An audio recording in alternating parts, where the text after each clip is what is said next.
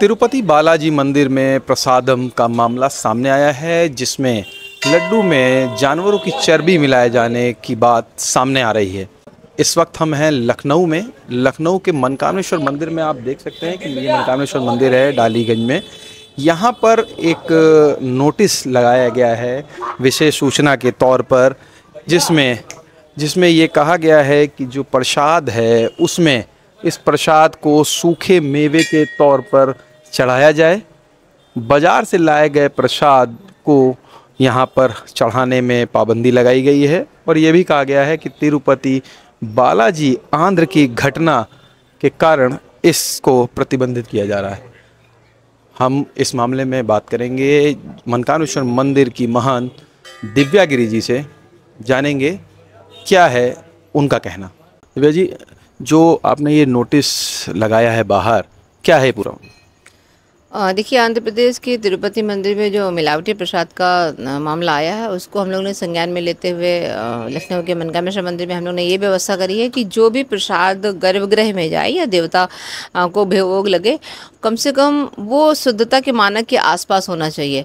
तो हम लोग ने एक अपील सुबह जारी करी इस आग्रह के साथ में, क्योंकि आज हम लोगों का विशेष दिन होता है सोमवार, तो ज़्यादा श्रद्धालु और भक्तजन होते हैं, दर्शनार्थी भी अधिक संख्या में रहते हैं। तो उन लोगों से हम लोग ने मौखिक भी और एक लिखित में भी एक अनुरोध किया कि आप लोग जो प्रसाद आज तो चूँकि उन्हें नहीं मालूम होगा, तो वो बाहर के विक्रेता भी उनको दिए होंगे, तो वो हम लोगों ने गर्भगृह तक नहीं लिया है, उसको बाहर रखा और उनको वापस ले जाने के लिए बोला है।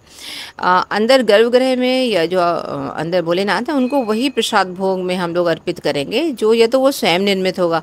स्वयं निर्मित की भी दो कैटेगरी की, अगर आप मान लीजिए घी बाहर से लेके आ रहे हैं तो भी वो विशुद्ध हो जाएगा, क्योंकि जब हम दुकानदार से ये बोलते हैं कि हमें पूजा का घी चाहिए, तो वो सबसे निकटतम जो घी होता है वो निकाल के देता है।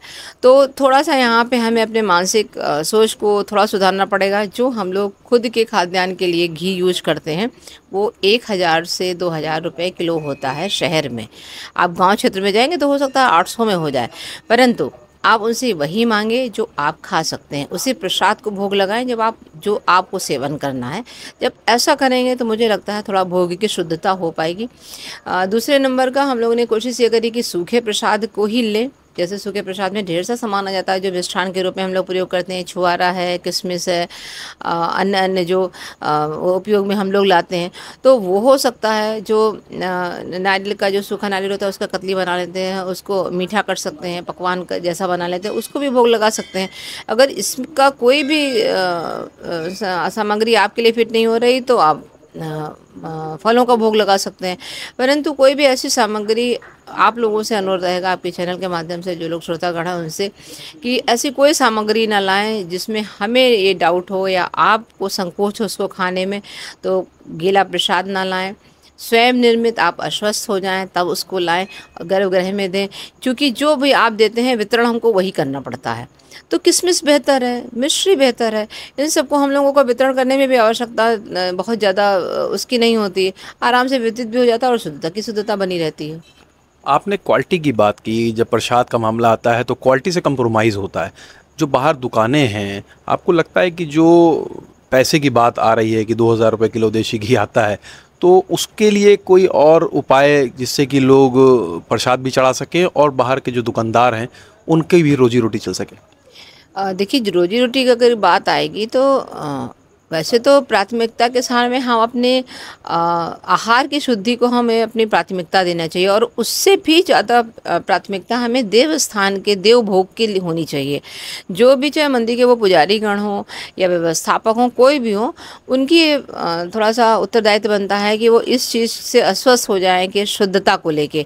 लाभ हानि थोड़े समय के लिए हो सकता है, जब आप उस व्यवस्था में आ जाएंगे, आपकी वो रूटीन सेट हो जाएगा, तो मुझे नहीं लगता है, क्योंकि ड्राई फ्रूट से उससे महंगे आपका गीला प्रसाद तो फिर भी 200 से 500 रुपये किलो होगा।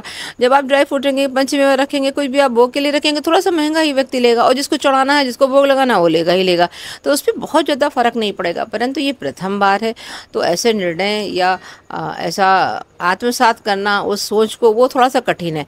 परंतु मेरा विशेष अनुरोध रहेगा सारे संप्रदाय के लोगों से, जो व्यवस्थापक हैं, जो ब्राह्मणगण हैं, जो पुजारीगण हैं, जो वहाँ से संबंधित विक्रेता, उन सब से, कि कम से कम भोग भोग के प्रसाद पे कोई भी कॉम्प्रोमाइज़ ना करिए, उसकी शुद्धता बरकरार रखिए। चूँकि भगवान का भोग तो सूक्ष्म रूप से लगता है, हो सकता है हम उसका 1 या 2 पीस ही अपने पास रखते हैं, मगर 80 से 90% आपके पास जाता है। तो वो अगर शुद्ध नहीं होगा तो आपके घर में जा रहा है, आप उसको सेवन कर रहे हैं, अगर वो शुद्धता के मानक पूर्ण नहीं कर सकता है तो वो हमारे लिए और आपके लिए, सबके लिए, पूरे समाज के लिए नुकसानदायक है।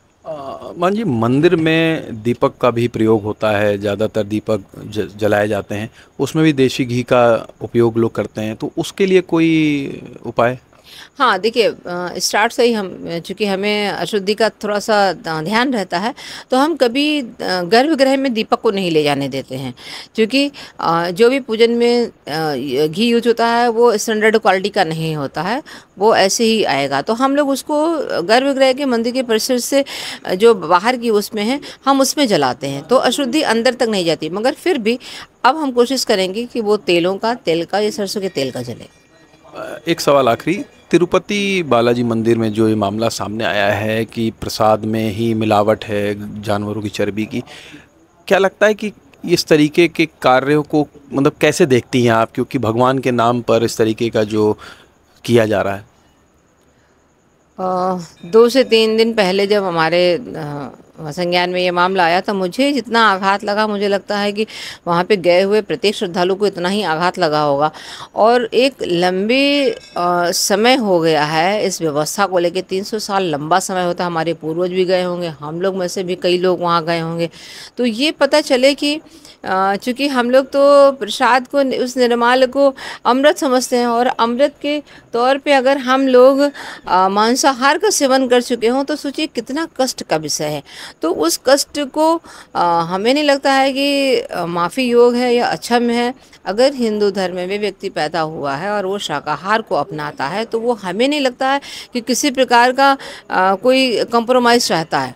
ठीक, और हमारे पूर्वज तो जो है इतने स्ट्रिक्ट थे कि वो छोटी सी भी अगर सत्यनारायण पूजा भी उनको रखनी है तो वो अपने घर में प्रसाद बनाते थे, वो ब्राह्मणों को भी देते हैं, वो खुद भी सेवन करते हैं। तो ऐसी परंपरा में आपको वापस आना पड़ेगा। और जो आंध्र प्रदेश के तिरुपति बालाजी में हुआ है वो अक्षम्य है। जो इसके दोषी लोग हैं उनमें मृत्युदंड का प्रावधान होना चाहिए। तो आपने सुना महंत दिव्यागिरी जी को, जिनका कहना है कि भगवान को लगाया जाने वाला भोग शुद्ध होना चाहिए, और तिरुपति बालाजी मंदिर के बाद से इस मामले में और भी गंभीरता के साथ कदम उठाए जाने चाहिए। इस वक्त हम डालीगंज में मनकामेश्वर मंदिर के बाहर हैं, जहां आप देख सकते हैं कि जो प्रसाद की दुकानें हैं, इनके पास लड्डू है, पेड़े लगे हुए हैं, तो इस पर रोक लगा दी गई है मंदिर प्रशासन की तरफ से। बात करेंगे हम इनसे। बाबू जी, जो मंदिरों पे आज एक नोटिस लगाई गई है कि जो प्रसाद है वो नहीं चढ़ेगा, सूखे मेवे का उपयोग किया जाए, किस तरीके से इस आदेश को देख रहे हैं आप? नहीं, इससे भाई जो गलत है उस पर जांच की जाए। भाई कंपनियों पे, मंडियों पे तो जब वो पकड़े जाएंगे तो उनको सज़ा मिलेगी। भाई हम लोग तो दुकानदार हैं, प्रसाद बनाएंगे, हम लोग लाएंगे तो मार्केट से ही ला के बनाते हैं। हम लोगों की भी जांच की जाए। ऐसा नहीं कि ना सैंपल लिया जाए, सैंपल हर जगह का लिया जाएगा। जो गलत है उसको सज़ा दी जाए। नहीं, लेकिन अगर सूखे मेवे की बात अगर सामने आएगी तो जो आप लोग इतने लंबे समय से जो ये काम कर रहे हैं, प्रसाद का दुकानदारी करते हैं, असर ये पड़ेगा कि हम लोगों का काम, जैसे हम ये जानते हैं, इसको बनाना जानते हैं, तो हम इसी को बना के बेचेंगे। मेवे में कहाँ तक होगा भाई? एक दुकान तो है नहीं, खाने के लिए भी यूज होता है मीठा। तो भाई हम लोग तो यही सोचते हैं, भाई हम लोगों का तो काम है, आगे सोचा जाएगा। भाई आगे सोचा ये जाएगा कि हमें क्या करना है। अभी तो ये कुछ दिन चल रहा है, इसकी जांच हो जाए, जो सही है वो चले। हमारे साथ यहाँ पर एक श्रद्धालु भी हैं जो दर्शन करने के लिए आए हैं। सर, ये जो आदेश अभी हुआ है मनकामेश्वर मंदिर पे, जो कागज लगाया गया है नोटिस के तौर पर, इसको किस तरीके से देखते हैं आप? इसको आप कैसे देखते हैं कि जो प्रसाद चढ़ाने पर रोक लगाई गई? भगवान का प्रसाद है, गलत थोड़ी ना था। महादेव की कृपा उनकी है। ये 40 साल से हम लोग आ रहे हैं, 40 साल से प्रसाद बक रहा है। आज मीडिया कहाँ से आ गई, क्या देख रही है? प्रसाद में क्या उसमें मिल जाएगा? उसके अंदर प्रसाद है, भगवान को चढ़ना है, महादेव कृपा है, उनका आदेश से प्रसाद चढ़े।